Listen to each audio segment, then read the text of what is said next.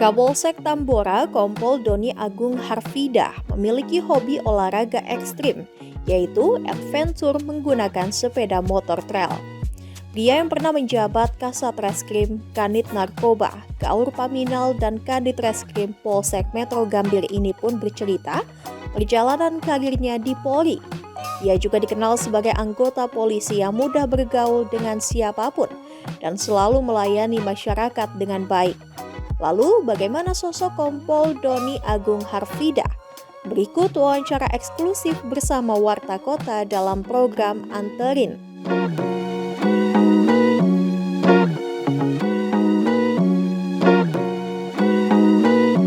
Assalamualaikum warahmatullahi wabarakatuh. Selamat sore Sobat Warta Kota. Kembali lagi bersama saya reporter Miftahul Munir. Kali ini kembali di program lebih dekat dengan sosok Kapolsek. Dan saat ini saya sudah bersama dengan Kapolsek Tambora, di mana beliau ini orangnya dikenal dengan sangat humble dan mudah bergaul dengan siapapun. Hobinya juga cukup ekstrim, yaitu main motor trail yang suka menjelajah ke hutan-hutan. Nah, bagaimana perjalanan karir ini Kompol Doni Agung Harfidah? Kita akan berbincang secara langsung bersama Kapolsek ganteng satu ini. Pak Kapolsek, mungkin bisa dijelaskan perjalanan karir abang ini di kepolisian tuh masuk dari tahun berapa nih, Bang? Jadi Mas Munir, sebelumnya saya izin memperkenalkan diri dulu. Nama saya Doni Agung Harfidah, dipanggil sama teman-teman Doni atau enggak Dogung biasanya kalau anak-anak di teman-teman di polisi di Akpol. Kebetulan saya dulu satu barak itu sama teman saya juga namanya Doni. Jadi Don Bay sama Don Dogung. Jadi kalau teman-teman di kepolisian mungkin Dogung. Saya mengawali karir di kepolisian ini, saya lulus Akademi Kepolisian tahun 2010. Kami begitu lulus langsung ditempatkan di Polda Jawa Barat pada saat tahun 2010 itu. Kemudian riwayat perjalanan dinas saya setelah dari Polda Jawa Barat, saya menempuh pendidikan di PTIK di Jakarta tahun 2016. Tahun 2017 akhir kami ditempatkan di Polda Maluku Utara. Dari sana kami pindah ke Mabes Polri tahun 2018 dan ke Polda Metro tahun 2020. Untuk di Polda Metro sendiri, saat ini kami menjabat sebagai Kapolsek Tambora, Polres Metro Jakarta Barat, yang sudah hampir kurang lebih 6 bulan ini kami sebagai Kapolsek Tambora, dan ini merupakan jabatan kami sebagai Kapolsek pertama kalinya sepanjang perjalanan karir kami di kepolisian. Nah, sebelum jadi Kapolsek di Tambora, mungkin pernah ngejabat di mana lagi, Bang, di Polda Metro Jaya ini, Bang? Untuk di Polda Metro sendiri, sejak tahun 2020 begitu kami ditempatkan di Polda Metro, kami menjabat sebagai Kanit Reserse Narkoba di Polres Metro Jakarta Utara. Kemudian dari sana kami pindah dimutasi ke Kanit Paminal Bid Propam Polda Metro Jaya. Setelah dari Kanit Paminal kami promosi jabatan karena pada saat itu kami akan naik pangkat menjadi komisaris polisi sebagai Kanit Reskrim Polsek Metro Gambir Polres Metro Jakarta Pusat. Dari Jakarta Pusat kami kembali lagi ditarik ke Polda, ke Bid Propam untuk menjabat sebagai Kaur Litpers Subdit Paminal Bid Propam Polda Metro Jaya.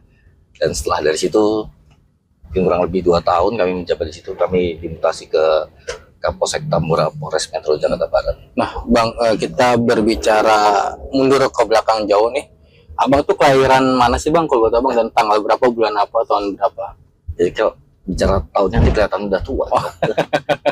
Jadi saya asli Jawa Timur, bapak saya Surabaya, ibu saya Madiun. Dua-duanya di kota di Provinsi Jawa Timur. Saya sendiri kelahiran di Magetan, Mas Munir, 19 Oktober beberapa tahun yang lalu. Nanti biar menjadi sebuah rahasia. Siap.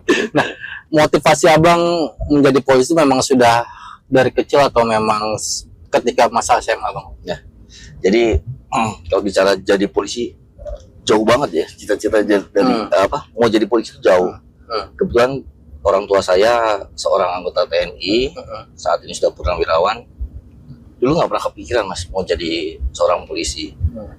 Mungkin yang sering terlihat adalah sebagai seorang tentara. Papa waktu itu bukan sebagai seorang penerbang di Angkatan Udara. Jadi mungkin melihat sosoknya tuh, dan sampai sekarang saya seorang yang sangat suka sekali tentang dunia dirgantara, dunia aviasi. Nah, ketika itu pada saat lulus SMA belum terbayang sebenarnya mau jadi masuk akademi itu.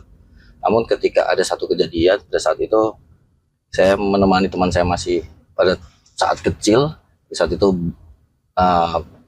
bapaknya teman saya ini ada kecelakaan pesawat. Nah, teman saya ini pada saat itu sedang menempuh pendidikan di Taruna Akademi Angkatan Udara. Di situ saya ingat, gagah juga ya jadi Taruna gitu. Nah, dari situlah saya baru mulai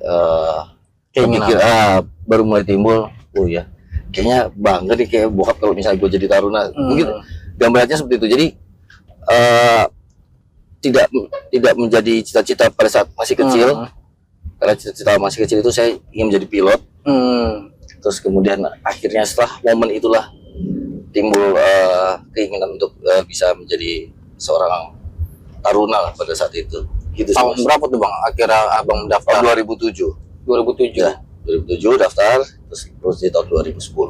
Nah, berarti persiapannya berapa lama Bang? Kalau misalkan di sebelum itu? Jadi karena kebetulan papa anggota TNI, jadi kita tahu ya Mas, item tesnya itu apa aja. Dimulai dari tes fisik, kemudian psikologi, kemudian akademis, terus kemudian tes bahasa Inggris. Pada saat itu saya ingat sekali.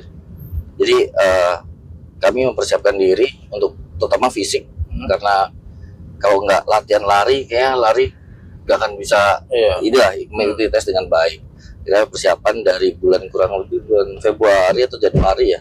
Kalau tes akan diadakan di bulan Mei atau Juni, saya lupa. 3 bulan lah persiapan kami di sana. Ya cukup berat lah, dari yang sama sekali kita bukan seorang atlet atau apapun itu, yang hobi lari dipaksa untuk kita bisa mempunyai fisik yang baik. Nah, kalau bokap sendiri gimana sih Bang? Sosoknya Bang, apakah dia keras mendidik anak-anaknya atau gimana Bang? Kalau bokap sendiri sebagai role model ya dalam hidup saya. Papa itu orangnya disiplin, terus kemudian pinter.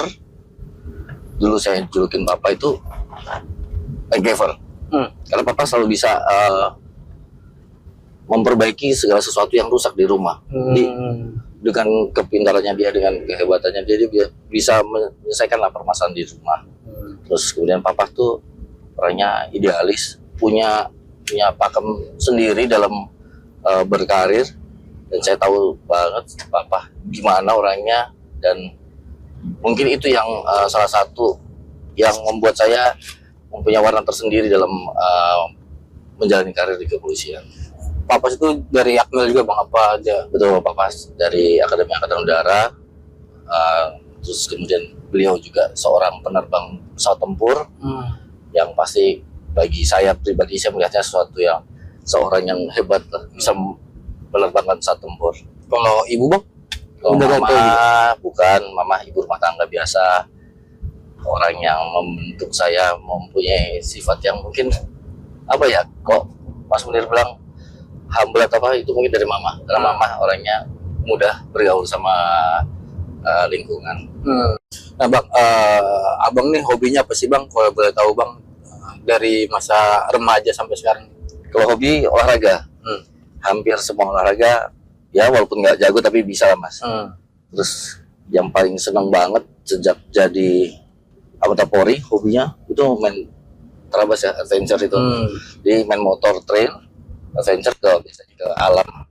Karena setiap hari disibukkan dengan kegiatan-kegiatan yang cukup padat. Jadi kalau misalnya weekend ada waktu setelah minta izin sama keluarga, biasanya kalau sekarang di Jakarta mainnya ke Sentul, di Hambalang, masuk hutan dikit, lihat sungai, lihat suara burung atau mendengar suara burung atau apa di dalam, menyenangkan. Jadi pertama kali yang ngajak main trail siapa nih Bang? Kalau bicara siapa yang pertama kali ngajak, pastinya pada saat itu teman-teman di lingkungan kantor ya di Polres Subang. Pada saat itu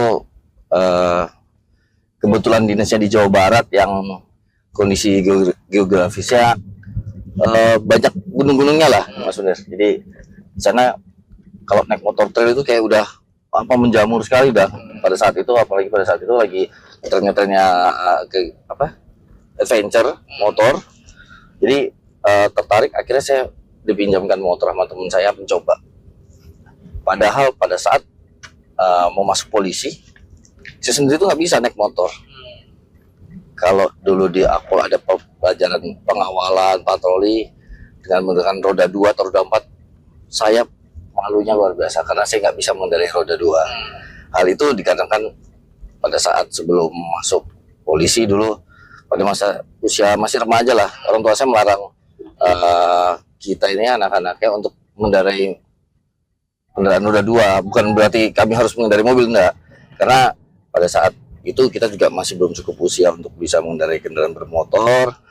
Kemudian juga ya orang tua menjaga keselamatan jiwa anak-anaknya lah pada saat itu. Nah, kemudian balik lagi dari lingkungan di Polres Subang, pada saat itu terbentuk komunitas motor trail yang kegiatannya kalau di hari-hari kami tidak ada pekerjaan seperti hari Minggu atau hari Sabtu, dan itu tidak ada pekerjaan dari kantor, kami biasanya menjelajahi alam. Di sana kita bisa naik motor dari mulai kota Subang, finish-finishnya di Lembang. Banyak sekali hal yang nggak pernah kita lihat dalam keseharian kita. Kita bisa mandi-mandi di curug itu air terjun. Itu lihat air yang jernih, kemudian kondisi alam yang luar biasa lah, bagus ya Mas. Ketika itu kenapa yang menjadi membuat saya ketagihan adalah kondisi alam yang mungkin belum terjamah oleh manusia atau belum pernah kita lihat, kita akhirnya melihat itu. Untuk kesannya sendiri, kesan selama main trail itu apa? Kesan main trail banyak hal luar biasa yang saya alami, hal baik ataupun hal tidak baik. Kita mulai dari hal nggak baiknya dulu lah, atau memori yang kurang enak gitu. Dulu pernah pada tahun 2015 atau 2014, saya lupa, komunitas kami pernah mengadakan event adventure di Subang yang pesertanya memecahkan rekor muri dengan peserta jumlah terbanyak. Pada saat itu di event itu kita menyiapkan tiga jalur untuk bisa menuju finish dari start. Nah, namun pada saat sore hari setelah maghrib ada kejadian yang membuat kami itu sangat sibuk dan sangat cemas sekali terhadap keselamatan para peserta itu, yaitu di salah satu jalur, di mana jalur itu cuma hanya satu motor yang bisa lewat.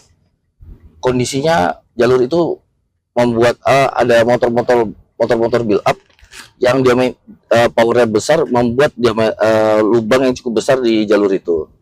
Jadi ketika motor-motor besar sudah lewat, motor-motor yang kecil ini yang dimensi rodanya kecil tidak bisa lewat Mas, jadi nyangkut. Nah, posisinya itu jalur itu memang yang benar-benar hanya bisa jalur itu aja, nggak bisa diputar balik atau apa. Dan itu pada malam itu stuck mungkin sekitar 2000-an kendaraan roda 2 yang stuck di dalam situ beserta dengan para pengendaranya. Itu kurang lebih mungkin jam 10 malam atau jam 11 malam kami baru masuk ke dalam hutan untuk melakukan evakuasi. Rasa cemasnya luar biasa karena kita sebagai panitia pada saat itu takut ada keselamatan dari para pengendara itu yang terancam. Jadi itu yang membuat kami menjadi sangat cemas dan menjadi pengalaman yang luar biasa buat kami, yang sampai saya udahlah nggak usah jadi panitia bikin event-event lagi lah, mending udah jadi peserta aja karena lebih menyenangkan ketika jadi peserta, kita bisa lihat alam. Nah, kalau untuk kesan positifnya, hampir rata-rata teman-teman yang kegiatan adventure itu selalu menyelipkan kegiatan sosial di dalam setiap ridingnya lah, ibaratnya gitu. Pertama ya, alhamdulillahnya mungkin pada saat itu saya berada di komunitas yang mempunyai mempunyai ini cukup baik lah. Jadi kadang-kadang yuk kita ke desa sana, yuk desa sana kayaknya banyak masyarakat yang membutuhkan. Akhirnya kita bawa sembako atau apa. Nah itu kita banyak sekali kegiatan-kegiatan sosial yang dilakukan oleh teman-teman di komunitas di Subang dulu. Nah, kalau yang evakuasi itu menggunakan apa, Bang? Jadi pada saat itu kita menggunakan jalan kaki. Jadi masuk ke dalam, kalau kita bawa motor kita, jangan ada di dalam nggak bisa putar balik lagi kan Mas. Jadi lebih baik kita jalan kaki untuk bisa menuntun para peserta ini bisa keluar dari jalur. Karena kan udah malam, takutnya para peserta ini tidak menguasai daerah tersebut, akhirnya malah di tengah hutan kan takutnya seperti itu. Jadi diarahkan jalur evakuasi, Ya, Bang, ya? diarahkan jalur evakuasi. Sambil kita juga membawa makanan dan minuman pada saat itu, karena kalau kita terlambat biasanya kita hanya bawa minuman bekal secukupnya lah, karena kita nggak mungkin bawa berapa botol di dalam ransel kita. Selain trail ada lagi Bang hobinya, Bang, yang sering banget Abang sampai sekarang itu masih? Olahraga ya Mas ya. Iya. Olahraga, hobi saya olahraga. Saya sangat hobi banget tentang sepak bola, apapun itu, lapangan besar kalau kata orang, ataupun futsal. Terus saya juga hobi main golf. Ya mungkin terkesan olahraga mahal, tapi bagi saya juga enggak juga sih, sama aja gitu ya Mas ya. Ya asal ada komunitas yang pas juga pasti akan nggak terlihat suatu olahraga yang itu atau apa, tapi itu salah satu hobi saya yang sampai saat ini. Mungkin setiap hari Minggu saya selalu menyempatkan untuk melaksanakan olahraga itu. Masih terus ya Bang? Masih aktif, makanya sampai gosong gini gitu. Nah, Bang, selama berkarir di kepolisian ini ada nggak Bang tangkapan atau ungkapan yang menurut Abang berkesan dan nggak bisa dilupakan yang sekarang? Ya. Jadi sampai saat ini dalam setiap pengungkapan itu sangat sangat banyak kesannya bagi saya. Saya dulu mengawali karir sebagai anggota Polri itu di SPK, kemudian saya sempat ke fungsi lalu lintas. Nah, di fungsi lalu lintas itu pada saat itu saya merasa, kok nggak kayak polisi ya? Ini asumsi pribadi, ini pemikiran pribadi. Kok kayak polisi ya? Polisi itu kayaknya nangkep gitu deh. Akhirnya pada saat itu kami diberikan kesempatan untuk menjabat sebagai kanit Buser di Polres Subang.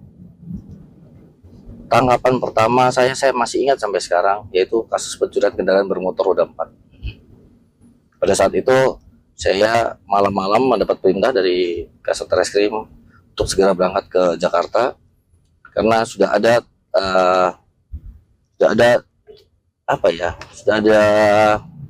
tersangka lah yang sudah ada cukup bukti untuk dan kita melakukan penangkapan terhadap seseorang yang juga sebagai tersangka.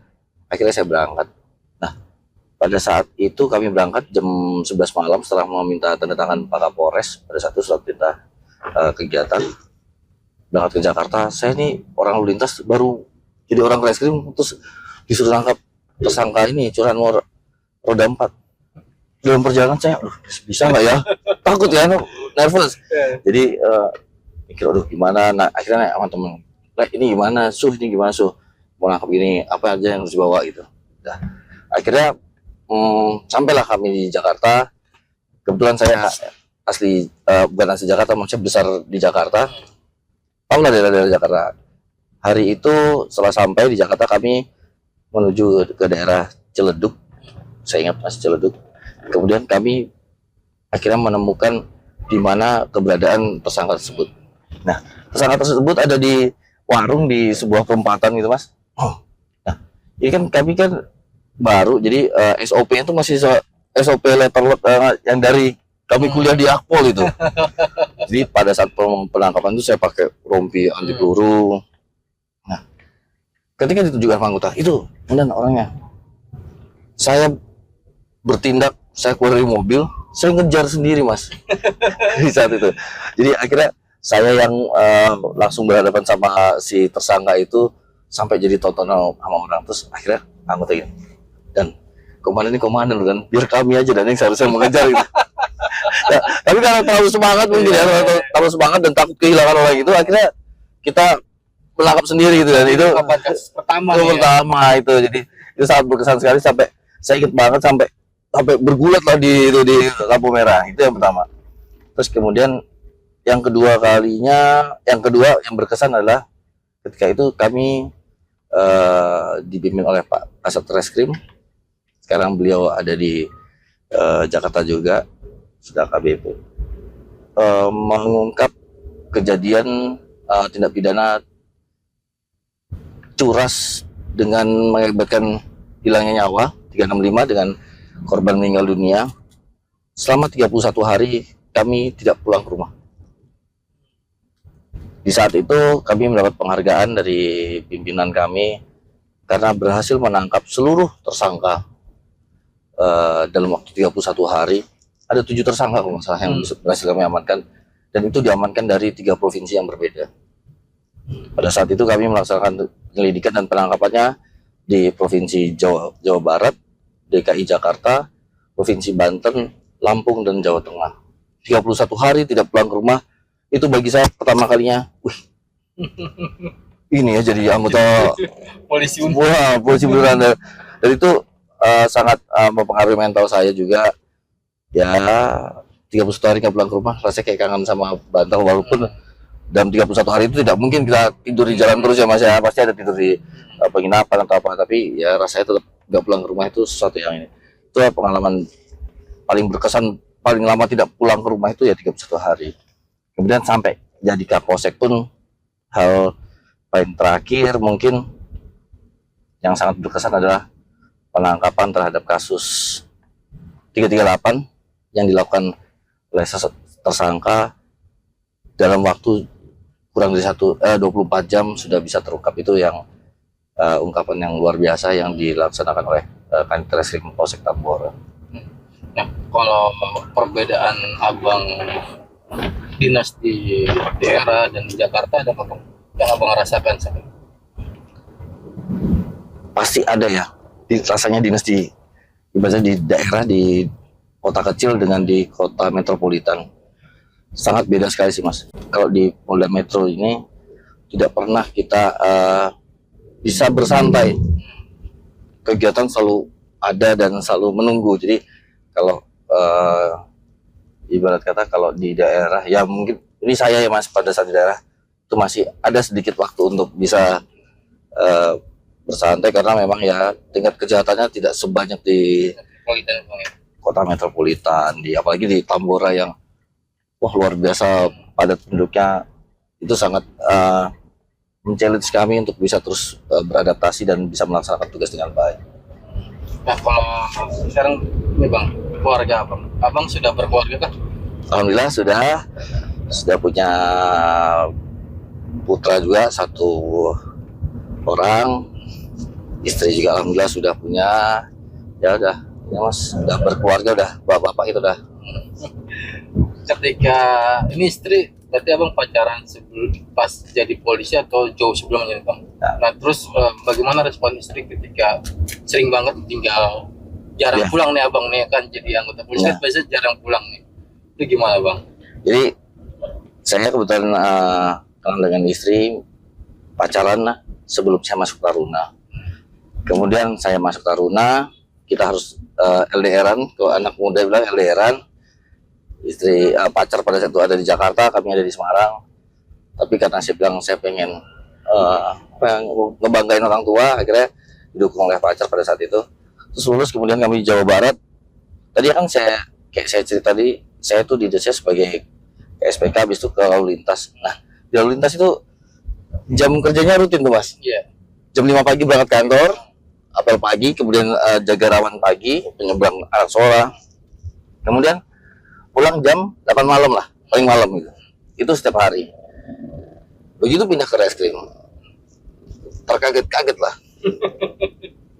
Saya juga masih kadang-kadang apa sih jam 9 malam ini masih di kantor. Saya pulang ke rumah kadang-kadang, tapi kasat, oh di mana gitu ya?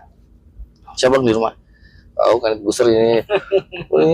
Jadi akhirnya dari situ berubah pola waktu kerjanya, yang membuat tentunya waktu istirahat dan waktu bisa bertemu sama keluarga ini jadi nggak susah lah gitu, karena istri saya kebetulan juga sebagai pekerja di bidang kesehatan, dokter di rumah sakit yang mengharuskan dia bekerja dari pagi sampai ke jam siang jam pelayanan di Poli.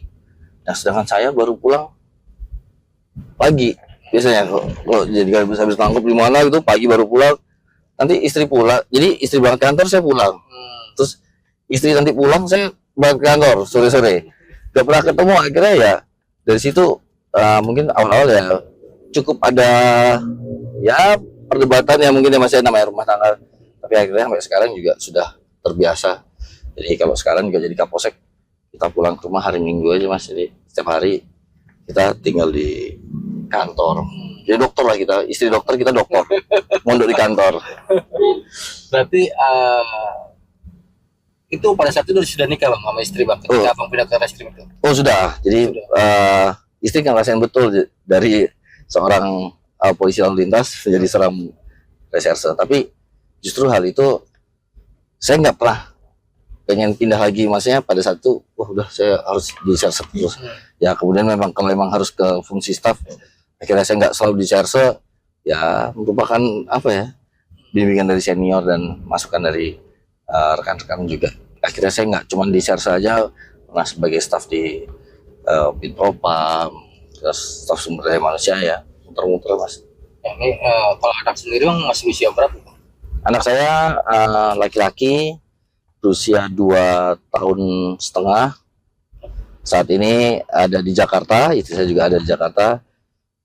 Ya, cuman Jakarta beda Mas. Saya di barat, rumah kami ada di timur. Jaraknya cukup jauh, jadi hal itu juga akhirnya membuat saya tinggal di Polsek. Bang, anak sendiri sudah Abang kelihatan belum sih Bang, Abang mau ngarahin ke jadi tentara, mereka ke besar Abang tentara nih, atau mau jadi polisi kayak Abang? Kalau mengarahkan atau ini enggak sih Mas ya, karena dulu juga Papa nggak pernah mengarahkan anak-anaknya untuk jadi lo harus jadi ini, lo harus jadi itu, lo nggak pernah. Kita semua pada saat itu yang penting Papa mengharuskan kami ini sekolah lah, berpendidikan. Mau lo menjadi tentara, mau lo kuliah, mau lo sampai S2, mau sampai S3, Papa akan support itu selama itu untuk pendidikan, karena tidak ada hal yang lebih baik ditinggalkan bagi kami ini selain pendidikan yang baik. Nah, itu mungkin menjadi kayak apa ya, bagi saya juga jadi ini nih dasar gue harus ke anak gue tuh harus kayak gini nih, kayak cukup dengan kayak mengenalkan dia, nih lo Papa polisi, ini lo Papa kerjaannya kayak gini. Jadi kayak sekarang ini anak saya lagi ada di kantor, di ruangan saya. Kadang-kadang saya ajak ke kantor ya bukan untuk mengganggu pekerjaan saya, tapi untuk saya ada waktu juga sama anak saya, dan juga anak saya bisa tahu papanya tuh kerjanya apa gitu. Bang, kalau Abang melihat kondisi Tambora ketika pertama kali ditempatin di sini, apa Bang terbesit di pikiran Abang nih tentang Tambora ini yang terpadat se Asia Tenggara ini? Saya terus terang pada saat keluarnya telegram sebagai Kapolsek Tambora ini kagetnya pertama ini Pak Kapolri itu dulu pernah menjabat sebagai Kapolsek Tambora. Terus kemudian ada senior kami yang merupakan salah satu Adi Makayasa lulusan terbaik di angkatan beliau, itu juga sebagai pejabat di Polsek Tambora. Kemudian banyak senior hebat lah di sini. Saya kagetnya, kok saya bisa ke situ ya gitu. Pada saat itu sombongnya tuh seperti itu gitu, sombongnya dari. Tapi pas saya baca, tapi Tambora ini apa sih? Akhirnya saya googling. Saya di situ baca, kecamatan dengan kepadatan penduduk terpadat se-Asia Tenggara. Langsung Mas, pusing kepala saya. Pusing karena menurut saya mengatur unit kerja yang anggotanya misalnya cuma 10 atau 20 orang sekalipun, itu pusingnya minta ampun. Apalagi jumlahnya ratusan ribu, itu yang terbayang apa ya, aduh bisa nggak, itu di dalam pikiran dan hati seperti itu. Kemudian baca lagi di sana hampir tiap hari terjadi kebakaran, kemudian tawuran dan curanmor. Wah, ini yang benar-benar apa ya, sesuatu yang sangat challenging dan menantang. Tapi ketakutannya juga pasti ada, nggak mungkin lah Mas, kita sebagai manusia nggak ada rasa takut, atau saya tetap takut, tetap ya setakut itu harus saya juga bisa membekali diri saya gimana caranya agar bisa menjalankan amanah sebagai Kapolsek Tambora gitu. Nah, di Abang sendiri selama di Tambora ini mungkin sudah berapa kali kejadian kebakaran, Bang? Apakah sudah menurun dari sebelum-sebelumnya atau memang ada aja gitu? Kalau terkait dengan kebakaran, alhamdulillahnya nih nggak pernah terjadi kebakaran. Ini jangan sampai ya, masa ke depannya kita nggak berharap ini terjadi di wilayah manapun. Tidak pernah ada kejadian kebakaran yang eskalasinya itu besar gitu. Kalau mendengar cerita dari rekan-rekan di Polsek, banyak kejadian-kejadian seperti itu. Dan bangganya juga, alhamdulillah pada saat bulan puasa kemarin, yang biasanya kebakaran ini, alhamdulillah kemarin ya cukup berkah, diberkahi, kita tidak ada kejadian kebakaran itu yang itu nggak bisa kita apa ya Mas ya, kita nggak bisa berharap ini itu, tapi ya bersyukurnya dengan mungkin kesadaran dari masyarakat juga untuk menjaga lingkungan atau tempat tinggalnya, ya membuat kejadian kebakaran itu angkanya sangat minim sekali. Terakhir Bang, mungkin ke depan Abang gimana ya Bang karirnya, apakah bakal terus meningkatkan lagi atau sudah cukupnya di sini aja nih? Tentunya kalau harapan pribadi saya tetap ingin membanggakan orang tua saya, kemudian membanggakan keluarga saya dengan melakukan tugas-tugas sebagai anggota Polri yang tentunya melayani masyarakat Mas ya. Dengan idealnya gitu, melayani masyarakat dengan profesional, dengan inilah, dengan sesuatu yang terbaik yang kita miliki, kami akan lakukan untuk masyarakat. Nah, untuk bisa melakukan hal terbaik kepada pelayanan kepada masyarakat tersebut, kami harus juga mengembangkan diri kami. Artinya kami juga harus menempuh pendidikan, baik pendidikan pengembangan Polri ataupun pendidikan umum lainnya.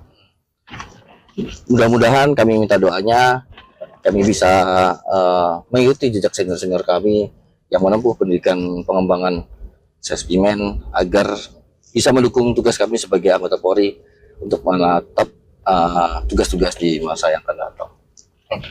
Terima kasih Abang. Kerja Sobat Warta Kota, perbincangan kita dengan Kapolsek Tambora, Kompol Doni Agung Harfida, dan beliau juga sedang mempersiapkan diri untuk sekolah ya Bang. Iya. Mudah-mudahan lancar, sukses, dan berkah rendah hati. Sampai jumpa Sobat Warta Kota dengan Kapolsek-Kapolsek lainnya di program yang sama, yaitu lebih dekat dengan sosok dari Kapolsek-Kapolsek yang ada di Polda Metro Jaya ini. Saya Mutal Munir, undur diri. Assalamualaikum warahmatullahi wabarakatuh. Jangan lupa subscribe ya.